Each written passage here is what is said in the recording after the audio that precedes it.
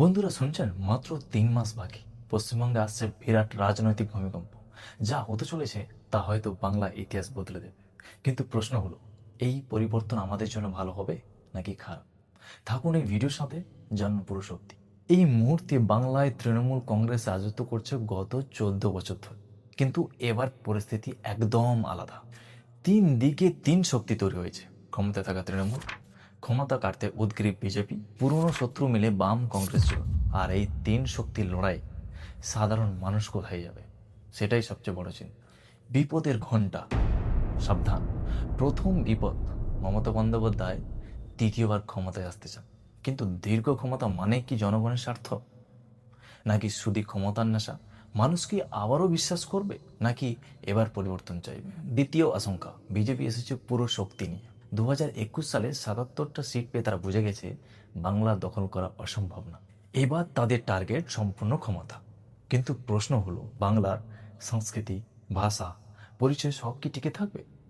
তৃতীয় ধাক্কা, বাম আর কংগ্রেস, যারা একসময় একে অপরের চরম শত্রু ছিল, তারা এখন এক মঞ্চে। ইতিহাস বলে, শত্রুরা যখন বন্ধু হয় তখন হয় বিরাট জয়, নয়তো সব কিছু ভূমিকম্পের মতো ধ্বংস হয়ে যায়। কোনটা হবে? বিপদ এক রক্তের দাগ। বাংলা নির্বাচন মানে সহিংসতার ইতিহাস। গত নির্বাচনে কত প্রাণ গেছে, কত ঘর ভেঙেছে আপনারা জানেন। এবার কি সেই ভয়াবহতা আবার ফিরবে? আবার শুরু হবে মারামারি, খুনোখুনি? আপনার পরিবার, আপনার সন্তান, তারা কি নিরাপদ থাকবে? ধর্ম আর জাতপাত দিয়ে ভোট ভাগ করার খেলা শুরু হয়ে গেছে। হিন্দু মুসলিম উঁচু নিচু এই বিভাজন বাংলাকে কোথায় নিয়ে যাবে? পাড়ার যে প্রতিবেশী আপনার বন্ধু, সে কি নির্বাচনের পর শত্রু হয়ে যাবে? সমাজে কি নামবে বিষের ছবল? নেতারা প্রতিশ্রুতির পাহাড় বানিয়ে দেবে, লক্ষ কোটি টাকার প্রকল্প ঘোষণা করবে, কিন্তু কতটা সত্য গত নির্বাচনে বোঝা গেছে। বিপদ চার, ভুয়ো খবরের জাল ফেসবুক হোয়াটসঅ্যাপে ছড়াবে। হাজারো মিথ্যা খবর, ভিডিও এডিট করে, ছবি জাল করে মানুষকে বিভ্রান্ত করা হবে।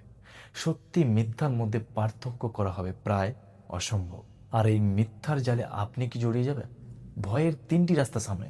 প্রথম রাস্তা, তৃণমূল আবার জিতলে একদিকে স্থিতিশীলতা থাকবে হয়তো, কিন্তু অন্যদিকে বিরোধী শিবির আরও হিংসা হয়ে উঠবে।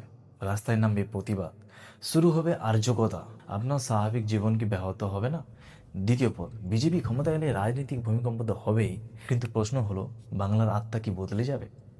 আমাদের ভাষা, সংস্কৃতি, খাওয়া দাওয়া, উৎসব সব কিছুকে এক ধাক্কায় পাল্টে যাবে। তৃতীয় পদ, হ্যাং অ্যাসেম্বলি।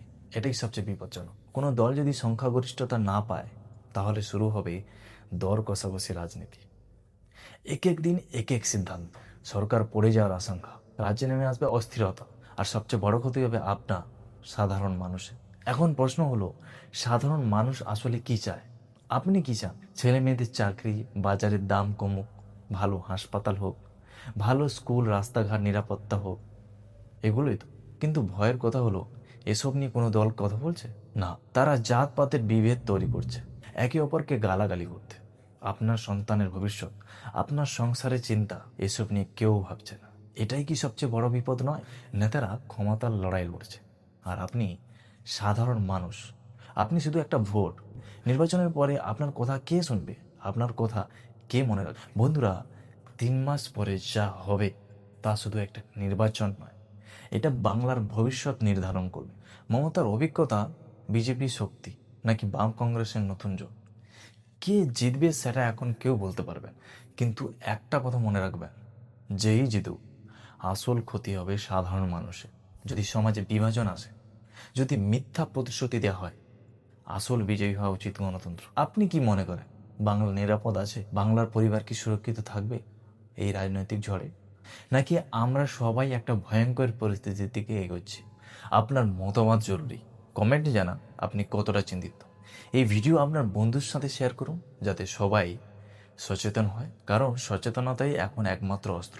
লাইক করুন, শেয়ার করুন, আর সাবস্ক্রাইব করে রাখুন, কারণ সত্যি জানা এখন খুবই জরুরি।